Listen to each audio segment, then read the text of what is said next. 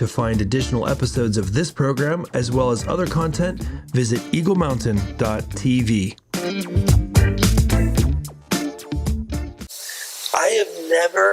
I'm going on record right now, I've never had a harebrained idea. He's had lots of ideas that have hair on them. Did you just say I've had lots of ideas with hair on them? Yes. Okay. Oh my goodness. What? The devil? I found him. Why am I not surprised that he's in here? He's over here in this bucket. There he is. Mr. Sin! Not bothering us anymore. How are you doing there, Foxy? Such a beef wit. Do you know who you're talking to? I'm Mr. Sin. You can't talk to me like that. You don't have to be rude. I said beef wit. Beef wit, that's even worse. No, I'm not a fan of that, but I am a fan of finding out what you're doing after this show. Maybe we could go grab some drinks or something. What do you say? No thanks. Hey everyone, welcome to Together We Build. My name is Chris Behnke, and I'm here with Prudence O'Haire. Yes. Prudence? Who else do we have on the set with us? Just Bucklington. Bucklington. He wants to wear the glasses. He's actually a pro driver. I was just telling him that I was grateful that your mom's late dog, Sophie, used to eat like tissues And rocks. and chew on rocks so it would wear down her teeth. She was a retriever, A crazy dog. a golden retriever. An absolute nutcase. And so all of her life, she would, like, if she'd come across this on the floor, she would eat it, inhale it. And Buckley doesn't do that. You were telling Buckley that you appreciate I appreciate his ability to restrain himself from eating tissues randomly. That's weird. And also chewing on rocks. But however, he does have a problem shredding his dog beds. What, most people don't use the word shred. What does shred mean? Like it goes through his teeth and gets ripped up. So he chews up. Most people would say he chews up. Well, I'm not most people. When I hear the word shred, I think of Shredder from Teenage Mutant Ninja Turtles. What do you think about that? Shredder was an annoyance to the turtles. He was a bad guy. He's I know. obviously a bad guy. I know. I bet you could say do his voice too. Listen, I'm gonna chew up this dog bed. That's just a villain voice. Yeah. I think it was a really bad one, actually. You know, whenever I watched Teenage Mutant Ninja Turtles as a kid, Yeah. whenever they had pizza, You wanted it. I wanted it. Yeah. I really wanted it, especially when the cheese was like dripping. It's Yeah, me too. I bet they could quantify. I bet they could quantify an increase in pizza sales during the run of that cartoon show. Mm-hmm. I bet they could. Prudence, let me ask you a question. What would the title of your autobiography be? I think I might say the title might be I Didn't See That Coming.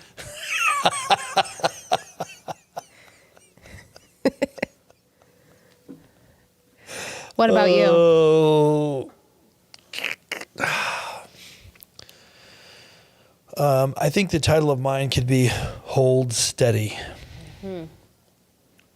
Because you're going to have held steady all the way through till you reach your years of autobiography. I feel like we could make a country song out of that. We should just write part 1, 2, and 3 of our lives. Of a country song? Lots of people get their books written before they die, but there's still a bunch of stuff that they still have to do. Yeah. So it should be like in segments 1, 2, and 3 or 100%. Or 1 and 2 at least. 100%. My first half of my life. The first half of my life. Yeah. Do you think ours would be exciting? Would it be considered a romance, a comedy, a tragedy, an adventure? Wait, is that all the types? What other genres are there? Drama. Mystery. Wait, what? So our production team says comedy. What do you think about that? Well, I mean, some of it is funny and some of it is just traumatizing. Yeah, trauma. It's a tragedy. So I don't know. Okay. Yeah. Let's go to the trivia. So we did accidentally lose some podcasts. So I'm just going to do a quick review because these people haven't seen these questions. You've already been asked these. So if you don't get 100%, I'm going to be severely disappointed. Ready? Okay, so the first one is, what item do toucans toss back and forth using their beaks during their mating ritual? Let me think. It's not a beach ball. It's definitely not. You're supposed A to know beanbag. this. We just told everybody. It's a piece of fruit. Okay, it's a piece of fruit. They toss Congratulations. a piece of fruit back and Which forth animal to has the themselves. strongest sense of smell? You see, you better Yeah, get these right. cameraman, you're not going to believe this. He would not be able to guess this. I originally thought it was something like this furry creature here, but He's a it good wasn't. It was an elephant. An African elephant. So okay. the sheriff departments now need to put elephants in their rigs, not dogs, to sniff out You what they imagine the need to dude, sniff out. instead of rolling up with the Ford Explorer that I says mean- canine on the side, he rolls up with a moving truck Well, and an elephant This would backs just be down funny and in he's like cartoons, you know? find the meth there, Squeaky. Or And this the bad elephant's- guy. Here's the bad guy's cap. Go find him. And then they're just, trompsing off, and then they Through collect them with their downtown trunk. Portland, these elephants are running through, and they're grabbing them with their trunk and holding them. That is definitely sounds like a cartoon. Okay, what possession do otters hold on to their entire lives? Yeah, this was a difficult one for me. Yeah, I bet. It's actually a pebble. A pebble. So in human form, we give each other a pebble in the form of a diamond when we want to get engaged I to mean, somebody. I didn't get a diamond, so I don't know if we give but each the other. males give the females. Isn't that what the otters do? The males give the females? What I read, now I have not fact checked this, but what I read from the trivia site was that the male otters give the female otters a pebble as kind of like a mating engagement marriage. It's a little token ring. of their love. And they keep it. And they keep it. They keep it on their little pond shelf with other pebbles that they've collected. And somehow they know the difference between it. That's really strange. Yeah, I don't know. I don't know where they keep it.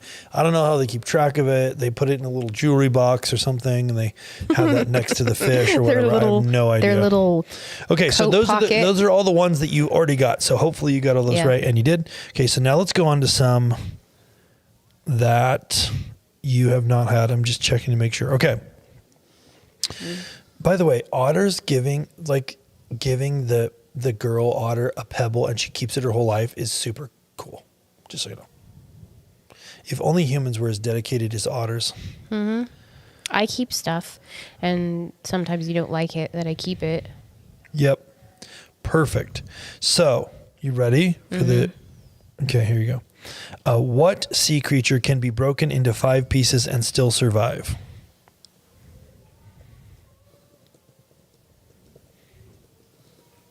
It's a sea worm. A starfish. A starfish, correct. Nice job. Let me just lower this down. Boom, boom, boom, boom. Is that the right button there, sir? Because I can't hear it. Yeah, awesome. Okay. Congratulations. So far, you're getting 100%. Okay. Okay, sea creature, starfish. Right. So here's the thing. I wonder if that's like traumatic for them. It's like getting ripped in half. I'm sure it is. Sounds horrible. I'm sure it is. What's the main way cats show they trust someone? By rubbing up against them. Licking them. Purring. Biting them. By headbutting them. Okay, rubbing up against them, that qualifies. Can we get a judgment on this? Does that qualify? Yeah. The answer is headbutting. You got boop, boop, boop. You got destroyed. Okay. When they rub up against us, they are actually spreading their scent on you. They're that's- claiming you. It's kind of like peeing on you. That's straight up nasty. Oh. Okay. I don't know. I think it's kind of cute. Okay, this is bizarre. Ready? What animal can only eat when its head is upside down? Oh, a sloth. Was it a sloth? Head upside down. Are you trying to give me a hint? No. Okay. I had high hopes. Is it a water creature? I had high hopes, and no. High hopes. Upside down. This animal eats water creatures often, though. Is an otter? Do you think otters have a to be seal. upside down to eat? Or a seal? I don't know. Think about this. Now you're just naming things that eat water creatures. It's a flamingo. Oh, a They flamingo. turn their head around and they... Oh, I never knew that. That's new to me. Yeah, I think you didn't know any of these. Okay, so I'm going to give you 100% credit because you tried hard. It's a participation That trophy. is lame. It's a participation We do trophy. not practice mediocrity here. Lame. All right, let's jump into the actual... Wait, do you have any words to teach me or anything? No, I don't have the book. Okay, fine. Let's go to the topic. Tell everybody what we're going after today. All right. Today's topic, which you probably have already seen in the show title, so it's not a surprise, is the word restoration. Yes. Restoration. Restoration. Okay. So restoration means the act of restoring, recovering, rebuilding, revival, rehabilitation, reformation, healing, return, and remaking. So one of the things that about this particular thing is that us humans really love to restore vintage things. Yeah. Like antiques and old cars. So just last weekend, I drove past this car show that was happening up the road, and it was really hopping, on all of the colorful old cars and hoods up. And How hopping? Like hundreds of people? yeah, probably. Dude, that's cool. Yeah. And that is... Did you stop and get a RC Cola and a hot dog? No. That's literally the meal of a car show, though. No. Just so you know. I did not go into it. I just drove by it. But we love to restore things, even just historical houses or buildings, works of art, painting in the museums. They restore them, and even like videos of old where they were like black and white, and where we call it restoring it, but it's actually comes into color. It's amazing how they do that. Yeah. But the one thing about restoring or restoration is that is never really an exact of what it used to be. You mean it's never, even if you restore something like let's say a car, right? You restore it like exactly. It's not actually exactly. Right. Yeah. Right. Yeah. It's a rebuilding. It's a revival. It's a rehabilitation. It's a remaking. That's what restoration means. So we're just trying to, put it back to very much the original state. Now, when we talk about restoration in the form of like our spirituality, I don't think I said that word very well. Spirituality. It's a new accent. Prudence is dropping a new accent on us. I think that God has the ability to restore us to our original place because he's God and he does supernatural things like that.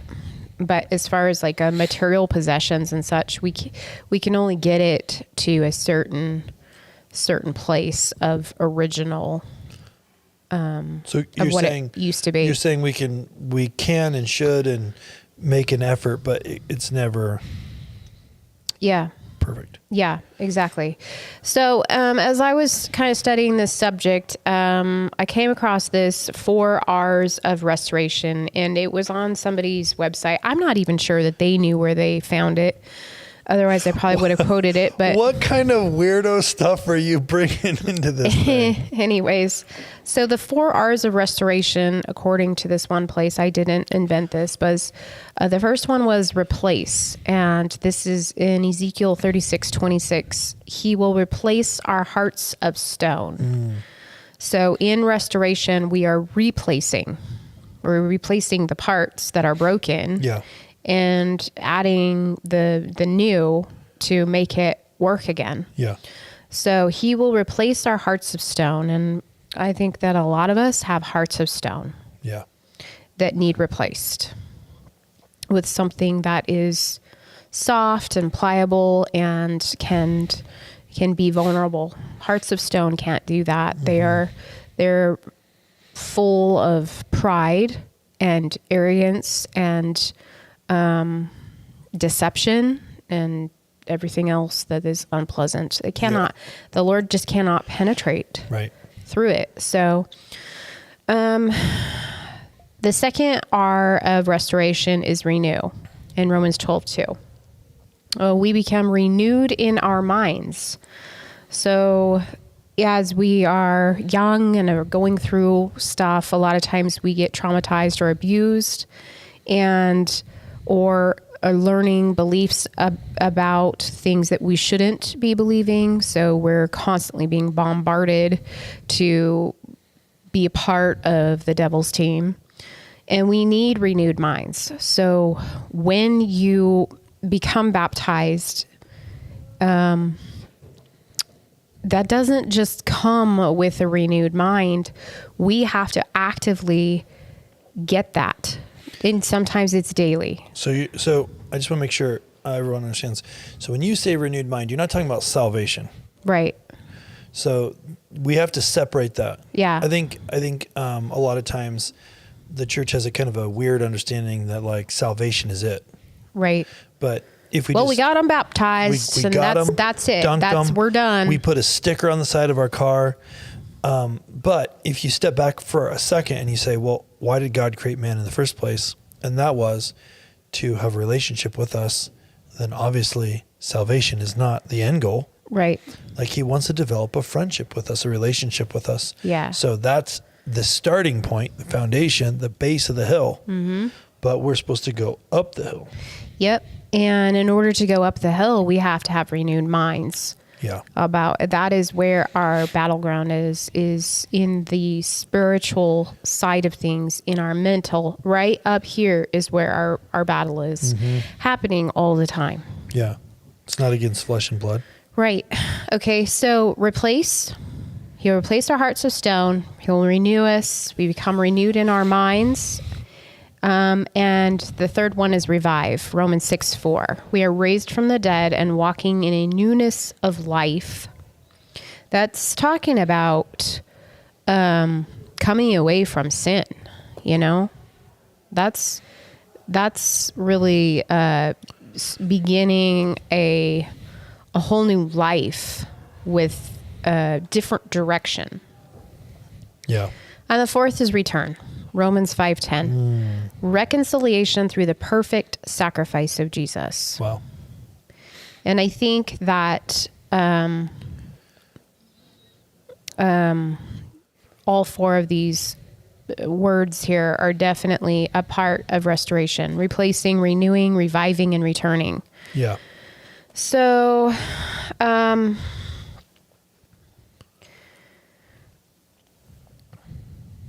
I think that many of us that are believers, you know, we come through that standard first piece of coming into a belief, a fresh belief about the Lord, and we get ourselves saved, you know.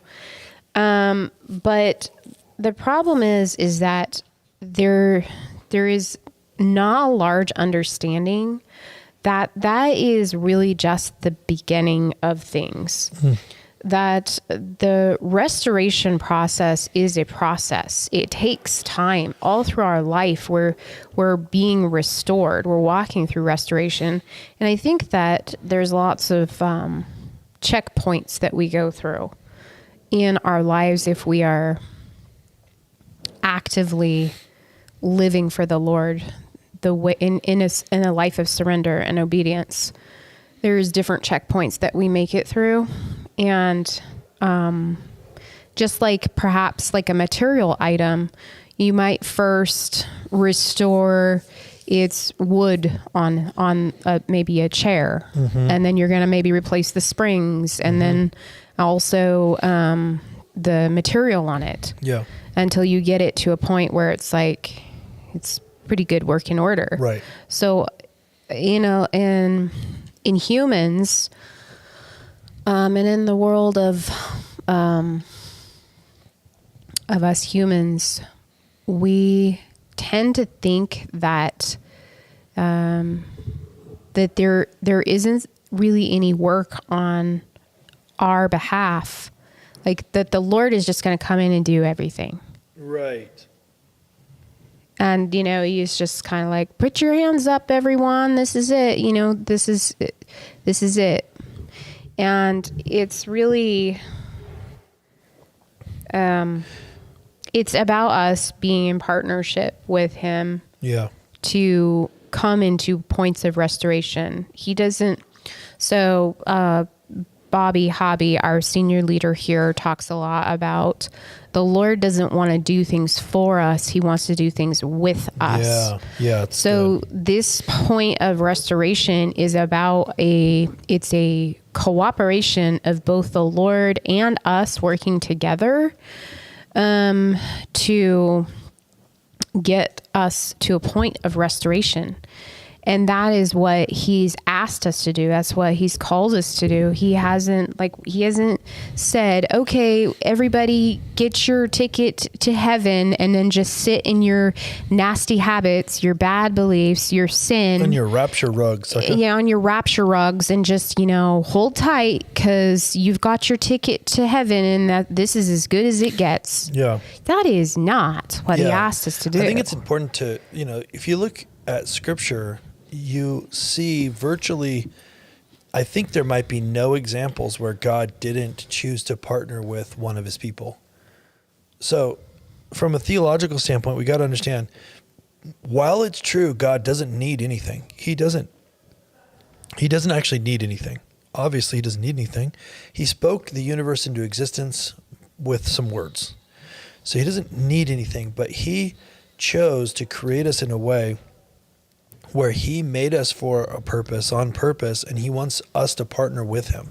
So he actually, even though he doesn't need to, he chooses to always partner with his people. That means, in a sense, if you can understand my meaning without taking it out of context, he doesn't need us, but he needs us. Like he made us to partner with him. Right. And that's he really made us important. to be conduits of his power. Right. On this earth, so that we can be effective for the kingdom of God. And we can't be conduits if we're not a conduit. Exactly. So how do you get to be into a position where you're a conduit? Yeah.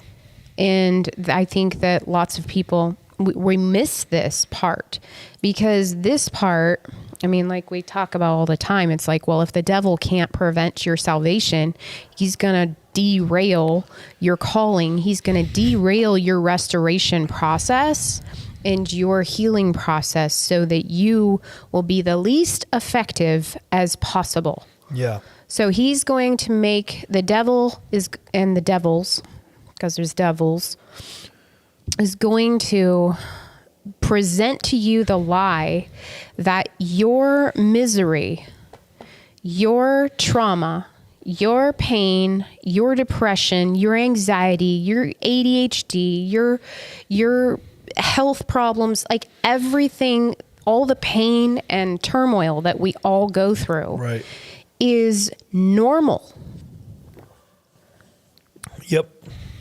That you're only a sinner saved by grace. That Yep. you can do Worm, nothing more. That depravity theology. you are a loser, and this gift from God, ticket to heaven, is it. And you better hope it's still valid when you get to the pearly gates. But it is not supposed to be normal for God's people. Right. We were not called to walk it like this. So let's transition, Prudence, in the 10 minutes or so, 15 minutes that we have left. What is it supposed to look like from a standpoint of restoration? Like, what is the way that it's supposed to be? Like, what's the right model? Well, the right model is to realize that we are meant to be lighthouses on hills. We're meant to be demonstrations of the miracles and the hope that the Lord is capable of. Mm-hmm. We are like, who wants what you have? Right. If all you're doing is wallowing in a pit of miry mud. Yeah, if your life, who wants that? Why your life would I sucks, want to sign up for your Jesus? Yeah, if your life sucks and your theology is one that you're a worthless piece of trash and your God has no power, I feel like that's not a very effective evangelism strategy to get people to want to serve a God that's not. supposed to be infinitely powerful. I think that there are reasons and excuses that we human beings come up with for why we shouldn't walk down the road of restoration. I think a lot of us don't fully believe that God sees what we are doing, how we're living. He's just too busy. There is no accountability he's just for too us. busy. He doesn't care. And he isn't real enough to us to believe and to change our ways. Like there's no thirst for the deeper things of the Lord. Right.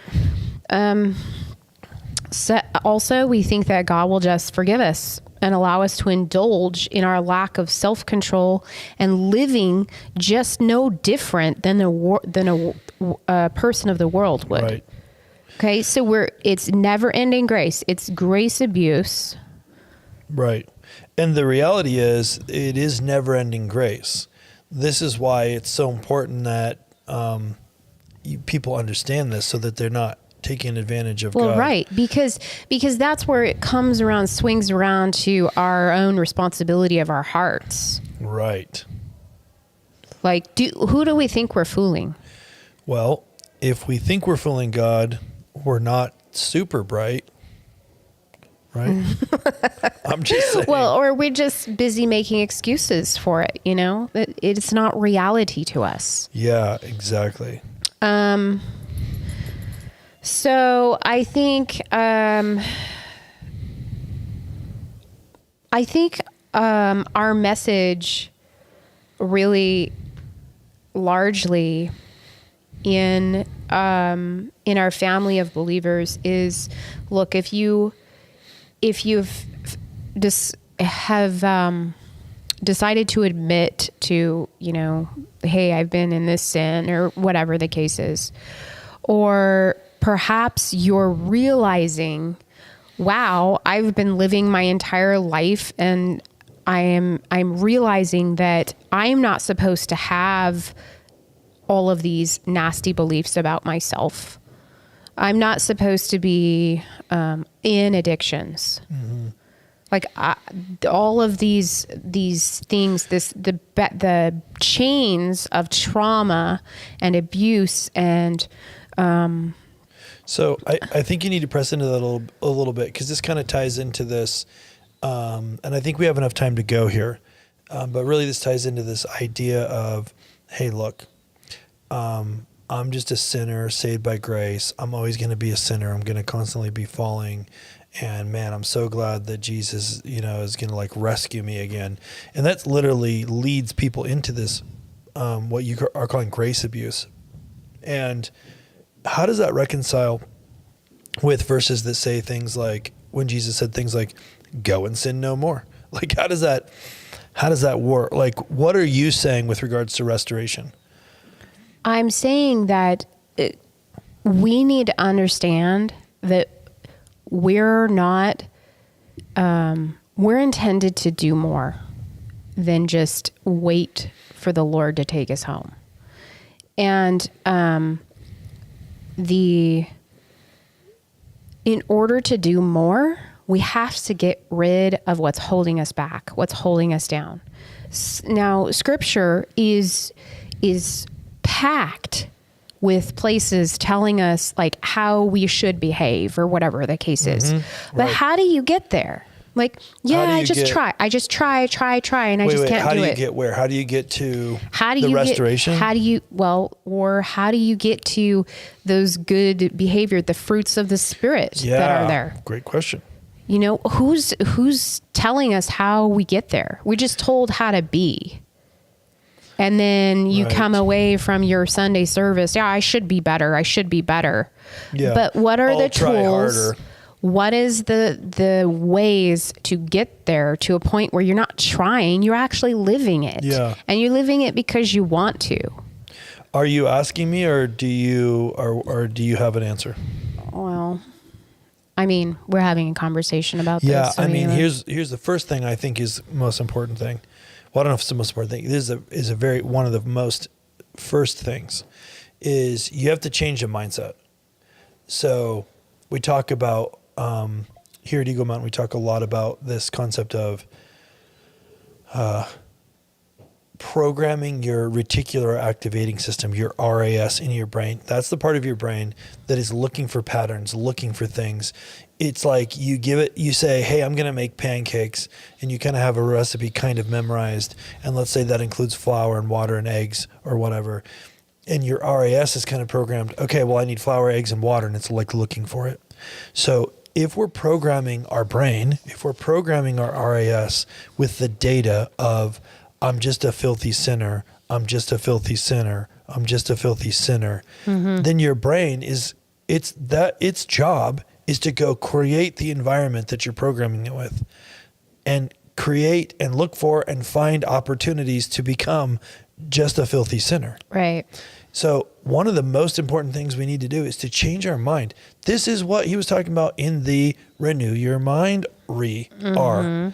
So when we're talking about renewing our minds, we're talking about shifting the way that we think about the world around us from I'm just a dirty sinner to I'm seated next to Christ in heavenly places. Right. Yeah. That's a really different Or the fact that we place. are adopted sons and daughters. We're adopted sons and daughters. We're royalty. We're a royal priesthood. Is it fit for royalty to think of themselves in wretched, dirty sinner? It isn't. Right. It isn't. And so that what we're not mindset saying needs is to change. that people are perfect. Right. And that we're not saying that. Or It's that you about, will never screw up. Yeah, it's about having the right mindset. It's kind of like when my son was younger and he was playing soccer, he was on a team that pretty much never won. They won sometimes. And, I used to tell him, look, when you come to me and say, hey, there's no way we're going to win, I know for sure there's no way you're going to win.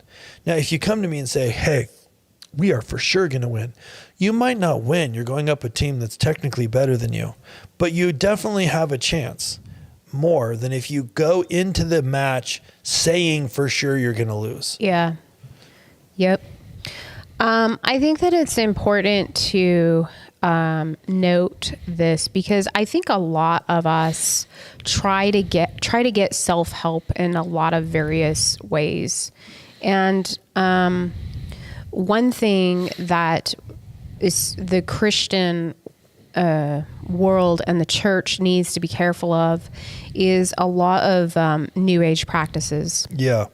That are not okay. And what we talk about a lot of New Age stuff a lot on this show. And as I learn more and more about new things and new things about the Lord, a lot of things was the Lord's invention, but it's being channeled through wrong ways of doing things.